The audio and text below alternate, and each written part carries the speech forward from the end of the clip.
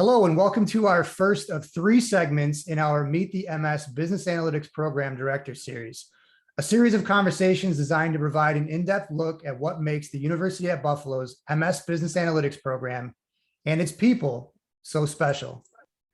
My name is Aaron Shaw. I'm the Assistant Director of Recruitment for our full-time MBA and MS programs. And a little bit of teaser here on your screen. I'll talk more about what this QR code is and what it can do here before we get out of this particular segment.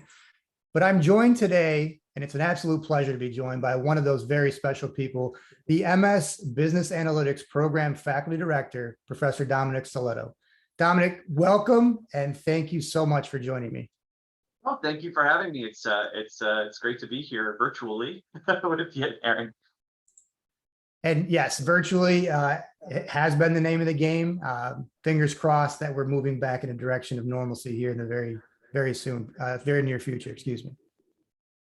Okay, so let's get right into it, shall we? I've got some comprehensive and fun questions that I'd like to ask you, but before we move in that direction, can you provide us with some details surrounding your background? Sure. And so, as you already mentioned, I'm Dominic Sellitto. So I am a UB alum, actually. I undergraduate and grad school, so I am a double alumni, a double alumnus, whatever you might call that. And so I'm School of Management through and through. Once I graduated from the MS and MIS program, I moved up to Canada and I was a consultant for a while with Deloitte & Touche, and then a senior consultant for a bit. And then I moved back and worked for the past couple of years, predominantly for a startup consulting firm in the Western New York region, working with a lot of healthcare organizations, nonprofit organizations, and small and mid-sized businesses. And so, I've got, a lot of experience. A lot of it's geared or has been in the past geared towards the cybersecurity realm, and kind of has had a shifting data focus, as every, I think, profession has over the past couple of years. Other than that, I'm a Buffalo native. I was, grew up in Buffalo, went, of course, to UB for undergrad and grad school, and I'm glad to be back here. Super excited to be back here at my alma mater to kind of help lead this program. Yeah, and listen, we're super excited that you're back as well. Okay, thank you so much for that. On to the questions. So obviously, you're in the world of academia now. When did you decide that an academic career path was right for you?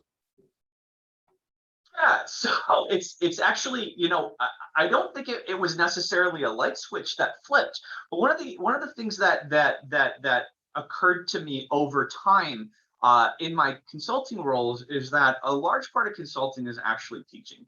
And we're teaching, whether it's running training sessions for staff and organizations.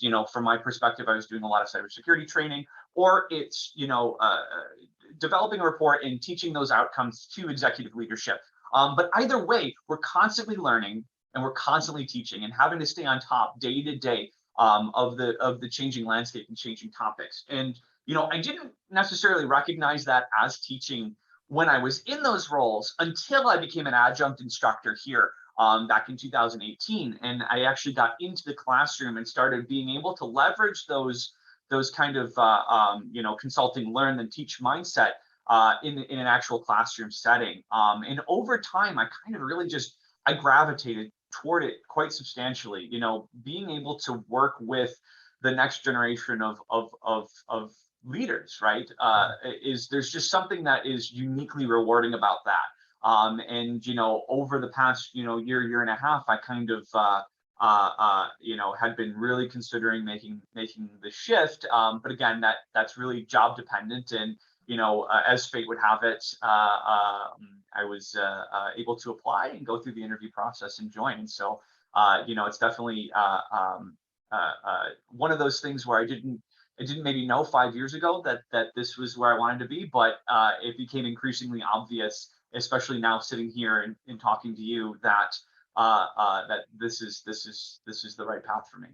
Yeah, awesome stuff. Thank you so much for sharing.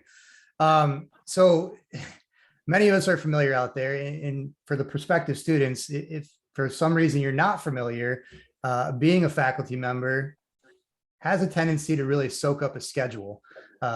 So On top of that, you've also agreed to become the faculty program director for our MS Business Analytics program. So what the heck prompted you to do that and take on those extra responsibilities and stretch your bandwidth that much further? Caffeine predominantly. A lot of caffeine. Fake. No, but jokes aside, actually, as I'm sitting here with my coffee, yeah. So it's a great question. I love the teaching aspect of it, that's the big motivating factor that kind of brought me in, as I mentioned. But when it comes to the faculty director role, there's a uniqueness about it that allows me to or gives me the ability to shape and grow and a new program like the MS Business Analytics program, and to really work with the students and have the ability to shape that. So students, one of my big things is that students should have a say in their education. Of course, the ones paying for it, the ones that are watching this, right? And so when you come into the program, you have expectations and learning goals, and being in this position allows me to make sure that we're tracking against your own personal learning goals, and that I'm able to interface with employers and bring those what are their needs, what are their skills gaps, right, into this program, and really kind of drive it and shape it. And so there's a real kind of sense of innovation, I think, that really excites me about this role, in that I can kind of listen to both of those sides of the equation and bring them together into building the program up and making it kind of a driving force in the region and beyond, so that we can get students that education that's kind of the gold standard of the School of Management here, while also having these employers think about UB first when they're looking at recruiting students for these types of roles that the business analytics degree prepares them for. Yeah, incredible. Thank you. So you talked a lot about there, what's exciting about the role. On the flip side of that, besides running out of coffee, what scares you about the job? Yeah, and so that's a good question. There are things that kind of are scary in any job, but one of the things that that always has that I always keep in the top of my mind, and that always kind of is there for me as a fear, or something that I'm always trying to remain on top of. Student mental health and mental wellness is incredibly important to me. I recognize, particularly, in even in the pre-pandemic world, even though we may not have talked about it as much, but definitely during the pandemic, one of the things that I was hyper focused on, and that I remain hyper focused on, is making sure that not only do students get that quality education, but that they're able to kind of maintain their mental health with that. And so one of the things that kind of scares me, and that I'm always kind of that I have as a fear, that just as a faculty member and a professor in the program, and as the faculty director, making sure that my students are not just growing and learning and being prepared for their careers, but there's a mental and emotional wellness component of that can't slip, right? That I need to make sure that is always being considered when we are planning classes and planning schedules and working individually with students on that, because at the end of the day, mental health is in my opinion the most important thing, right? Is making sure that you're happy and healthy, and that leads to success, right? That allows you to succeed. And so that's a fear of mine, particularly when we're talking about the pandemic, and the uncertainty that we faced. I think, are we in person? Are we going online? Are we online for Zoom? How fatigued are we from sitting behind a camera all day? And how can we reduce that stress? And how can we connect more directly with students and make sure that they don't feel alone, right? That they have a community, and that they feel comfortable coming and talking to me or any of the other faculty when they're experiencing this type of stress, that we can help. Thank you so much for sharing that. And I think it's fair to say that fear often drives action. And so it sounds like you've got plans in place to address that. That's fantastic. Thank you again. Okay. So for our prospective students that are exploring the program, for many of them, I know connection, and we're going to elaborate on that and get into segment 3, focusing on connections, but being able to connect with faculty is important. So in relation to yourself or other faculty on the business analytics department, if you will, what sort of connection can a student expect in and out of the building? And so the thing that I would say about student connection is it's largely student driven, right? And so I will do outreach. I will do outreach all the time. My door is always open. Any student can come up to 325, the Jacobs Management Suite, knock on my door and walk in, as you know, you and I were chatting before, and someone knocked on my door, right? And so I'm always available. I love to just connect and chat. You know, sometimes students will come by and, you know, join up in during an office hours. They'll just sit and play a video game or something like that. You know, I think that the connection is really what the students want to make of it. I'm not going to force a student to come in and say, hey, you know what, you don't want to meet and connect and kind of you know, meet with faculty, then that's fine. You know, that's every student has their own personal path to success in the program. And if you're comfortable kind of going to classes and engaging with faculty in just that manner, then that's completely fine. But if you want more, right, the faculty are here for you. I'm here for you. And I want you to reach out, right? I want you to come down and say hi. I want you to come have a cup of coffee. We can go and chat about, you know, the program or you know, academics or anything else, right? You want to just come by and talk about how the UB Bulls are doing this season, right? That's fine as well, right? The connection is available to you in whatever way you desire, and I want to encourage that. And I do, even if you are the person that's sitting there and saying, you know what, I'm the, head down, nose in the books. I don't really want to join up with any of the social events. I don't want to, really be going and directly engaging with faculty all that much. I would encourage you to give it a shot. And the reason why I would encourage you to give it a shot is because, especially in a school management kind of focused degree, like the business analytics degree, your soft skills are important, right? You can always learn technical skills. You can always learn this sort of, if you want to go in and learn Python, and Tableau and things like that, you'll get the experience in class, but you can always go in and learn and expand on those skills. But it becomes much harder once you're already in the workplace to go and have those opportunities to improve on your soft skills and your marketing capabilities and things like that.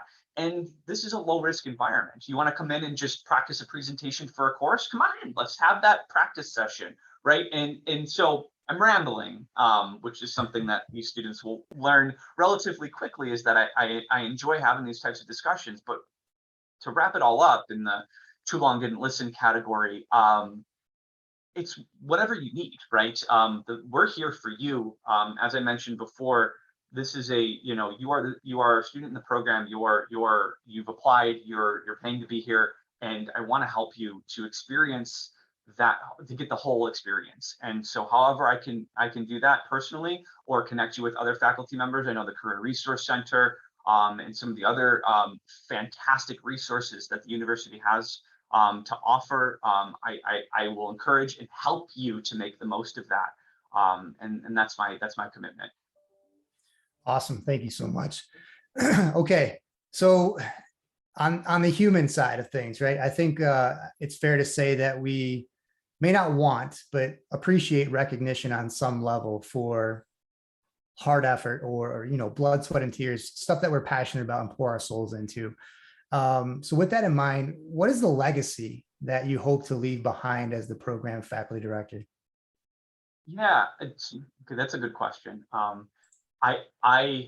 While I love to talk, I'm not as great talking about myself and things in that wheelhouse. But if I had to kind of isolate one thing, business in general, management in general has this stigma associated with it that it is, and I'm going to say this wearing a suit, that it's suits and cubicles and that it's that it can't be fun, right? And if I had to leave behind one legacy, it's that learning, education, your work should be fun, right? Yes, yes, it's work. It's hard work, and you have to put in the effort, and you have to have this drive and this willingness to keep up with this incredibly fast-paced industry and world that we live in. But you got to enjoy it. You got to have fun. And so if I had to leave one legacy behind, it's that, education is productive but fun, right? And that you enjoy it and you look back and say, man, did I love my time at the university? The students can look back on the program and say, that was worth it. I look back fondly on that, or send me an email, 5 years down the road and say, how you doing? That's the legacy that I want to leave behind. That's amazing. Again, thank you for sharing. Okay, on to the fun stuff, shall we? Sure. Okay, what is your favorite place in the world and why? Yeah, so all right, there's a couple, right? There's a couple places, but there's one that I guess like immediately comes to mind when I think about that question, and maybe it's gonna be strange. There is a small island outside of Hiroshima in Japan called Miyajima.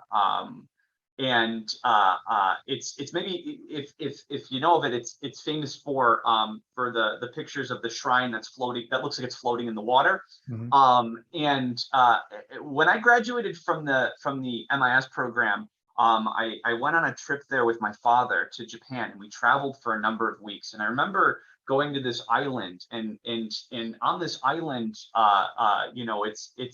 there's a path up the mountain that's all stairs and steps all the way from the beach up to the mountaintop. And there are deer on the island that aren't, scared of humans because they're not hunted, right? And so the deer will come up to you and eat out of your hand. It's a very, very peaceful and beautiful location. And when I think about kind of some of the most breathtaking places and just most wonderful experiences I've had, I have to go with there. In fact, I'm planning on going back next year for my honeymoon, and traveling again to the island and just experiencing it. It's just very it's a very calming and beautiful location, and it's my favorite place on the planet.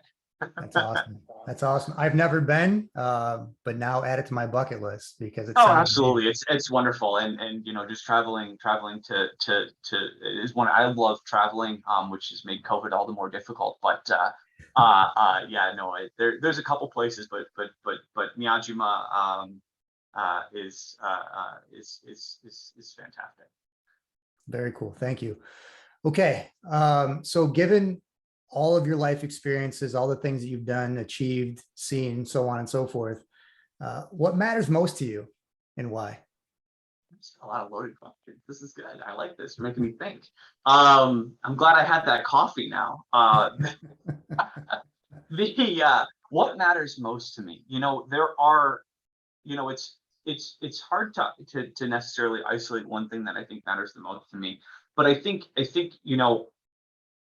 trying to okay, so the world in general, tends, especially the past couple of years, it's been difficult, right, with COVID, the pandemic, and things like that. I mentioned this kind of mental health and wellness.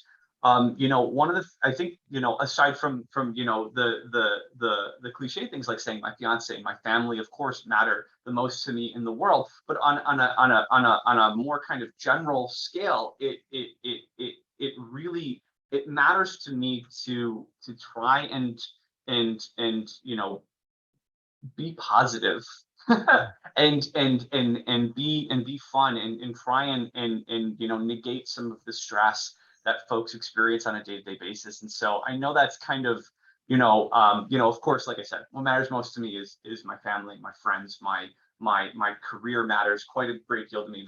The future of the students that are watching this, these things matter to me, and the way that kind of I try and make sure that everybody's kind of happy is by showing folks a path to being positive and being kind of excited about the things that they do on a daily basis.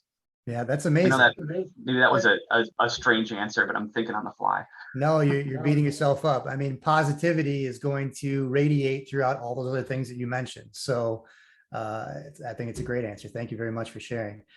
So we hinted at it a little bit earlier, in terms of your schedule, and what that looks like as far as obligations and responsibilities. So in the off chance that you get the opportunity to relax, what is it that you're doing to relax and recharge? No, that's good. So relaxing and recharging. So there's a couple different things, right? I'm an avid runner. I love to run.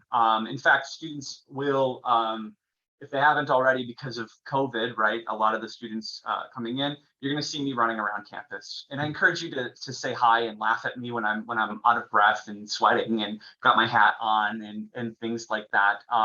I really do try, we spend a lot of time in chairs and we spend a lot of time sitting, so I try to get up, and one of my stress relieving activities is kick on my headphones, put on my running playlist, which is the most ridiculous assortment of music, and just run. And I imagine that eventually, I keep saying, people, are you planning for something? Yeah, I'm planning for a half marathon and have been for about 8 to 10 years. But I really I just enjoy running. Outside of that, I'm known to play some video games. I enjoy kind of relaxing and playing video games. Sometimes my fiance and I will play video games together. She's also she's a teacher, but she teaches in elementary school, and so we kind of both have similar style schedules. And so we'll play video games, or just keeping up to date on and watching some TV shows. I'm a pretty simple guy. Yeah, very good. Outside of that, I do spend, much to, that almost is going to sound like work, but I do like to explore and build. And so, you'll sometimes in my free time find me writing new Python scripts and programs and things like that, just because I'll, have an idea and want to execute on it. I do find those things fun as well. But they kind of also get closer to work than maybe running does. So it kind of really all depends, but there's a few things, and I think that's important, right? I think work-life balance has kind of become this sort of like buzz terminology. I'm not going to call it buzzword, it's multiple words, but this buzz terminology that really it's just something kind of like that companies will say, but it really does rely on the person themselves individually to be able to recognize those moments and take them to recharge. So for students out there who are curious, whatever you like to do, make sure that you carve out the time for it. Yeah. Yeah. Great. Thank you. Okay. In addition to your running playlists, are there any podcasts that are coming through those headphones, or are there any audible books or physical books that you're reading right now? Yeah. So on the podcast side, so I'm a big horror buff, right? So I like things that are, I guess, considered scary in a way. So one of my favorite podcasts is called Lore, by an individual, Aaron Mahnke. And basically what I really like so much about this podcast is that it explores these scary stories, if you will, throughout history. And what it does is it explores the stories and the folklore behind it, but also the historical context. And so when the same individual has a whole series on the Salem witch trials, where they explore kind of the lore and the folklore behind the Salem witch trials, but also historically, what was happening and why specific things were happening when they were, whether it's political or just kind of societal in general. And I found it really interesting to kind of learn about these stories that maybe I heard growing up that were, horror stories from the past or ghost stories or things like that, and then kind of hear about the history that was surrounding them and learn more about that. So I'm totally hooked on that particular podcast. Similarly, you'll find me with not any one specific, but I do also listen to a lot a lot of true crime ever since, a number of years ago when what was it, Serial, that first podcast, not, maybe it wasn't the first one, but the one that kind of gained a big following. Kind of, I've kind of dabbled in listening to true crime podcasts, and part of that is I teach the digital forensics course here as well at the university, and it has an understanding kind of criminology aspect to it, that kind of keeping up to date on kind of these true crime stories and things like that, will kind of allows me to draw some parallels between course content. But I really do love the war podcast, and anybody who's interested in kind of some scary stories with some historical context will be right at home with that one. Yeah, very good. Thank you so much. Yeah. Bonus question here, and quickly, first thing that comes to your mind, what's a unique fact about you? I have a pet hedgehog. Yeah, I haven't heard that one. It's certainly unique. My fiance and I have a pet hedgehog. She's a big fan of hedgehogs. I did not know that you could have a hedgehog as a pet. It turns out they're wonderful pet to have. And sometimes Charlie, which is his name, sometimes Charlie will join me for virtual lectures. He helps me proctor exams. He's a cool little dude. So I can't resist. And I'm going to play off the video games here. It's Charlie, right? And it's not Sonic. Not Sonic. Yeah, I lost that fight with my fiance. I lost that battle. Apparently Sonic is too cliche for a hedgehog. Incidentally, who would have thought? Who would have thought? Yeah, I thought it was perfect. She did not think it was perfect. So Charlie, it is. Well, I haven't had the pleasure of meeting your fiance, but I'm on your side for what it's worth. Thank you. She'll have to watch this webinar, and then she'll see. I'll point her to this section.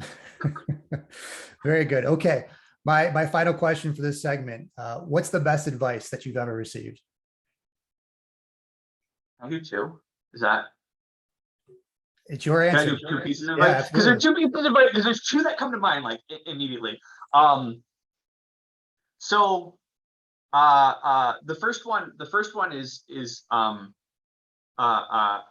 of my partner, so my boss up at Deloitte, who is the partner of my team, had a conversation with me and gave me some advice on this concept that I had never heard of before, about its switching cost.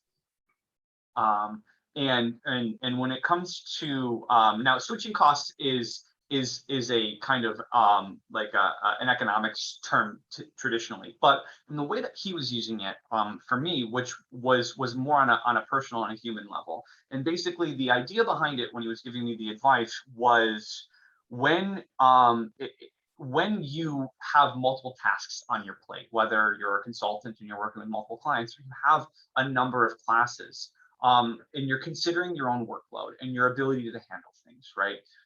You can't only factor in the base work itself, but the cost to your brain and to your mind that it takes to switch between those different tasks and reorient yourself to those tasks. And so when I was a consultant, for example, this was in the context of client relationships, right? And so when you're at one client working on one project and you've got another client and then another client, all in the same day, you constantly have to switch and reorient your mindset to that next project and that next project and that next project. And that switching cost should be added to your workload for the day, right? In terms of what you can and can't handle. And so when you're planning something, right, and this gets a little complex in terms of how your brain works, but when you're planning something or imagining that you can handle a specific workload, factor in, a certain amount of time or a certain amount of energy that has to go into switching between tasks. Because if you don't, you're more likely to burn out much quicker, right? And I've taken that to heart. And basically the general gist of it is, if you think you can take on this much, subtract 10% of it, right? And there you go. That can wind up being your switching cost. So you provide yourself that wiggle room to reorient yourself and to take a breath in between switching between tasks, because it really does take a toll on your mind and on your energy levels to kind of be constantly jumping around and your stress levels and things like that. And I found since I've taken that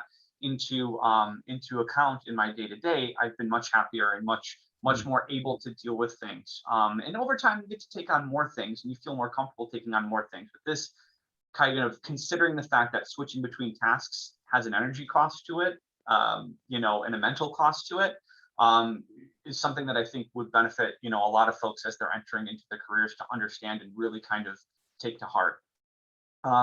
The second advice that I've received was no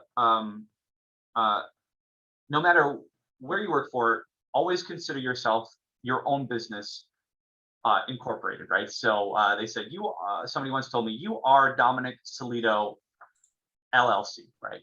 You are your own business, right? And as a business, we have to think like a business. We have to build our brand, right? We have to market ourselves. We have to constantly be pivoting, not remain myopic, not as individuals, right? And so to always kind of orient yourself as though you are running a business and that business is yourself, your own brand. And when you work for a company, you can consider yourself as, I'm the consultant. I am selling my services to this organization, not I'm employee number 1, 2, 3, 4, 5. I am Dominic and this is my client, right? And I want to do the best job for my client, right? And I want to do what's in my best interest as well, as an individual, as a company, as a brand, and for my brand. And so orienting your thinking that you're running a business and that business is your own career was something that I found very valuable as well, and kind of reframed. And it sounds kind of silly when maybe if you hear it, but reframing and refocusing your perspective in those sorts of ways can be, it might seem like a small thing, right? But it can be very helpful when you're making larger decisions about where you go in your career and how you approach specific situations in relationships that you build over your professional career. Incredible advice. Incredible. Thank you so much for sharing both of those. It's amazing. But for this particular segment, that's going to do it for us. Dominic, thank you so much for allowing us a peek behind the curtain, if you will, and providing us with some great insight into who you are and what makes you tick. Absolutely. No, thank you. And to our audience, we're glad that you're considering the UB MS Business Analytics program, but we want you to stay connected. We want to hear from you. And as promised, I've brought back that QR code. So at this point, you can take out your cell phone, open up your camera, wave it over that QR code, and it's going to take you to a number of links, allowing you to do anything from scheduling a one-on-one admissions advising appointment, attend a recruiting event, browse through our website and our social media, and so much more. Be on the lookout for the next segment, where we're going to take a closer look at the MS Business Analytics program as a whole. But for now, take care and goodbye.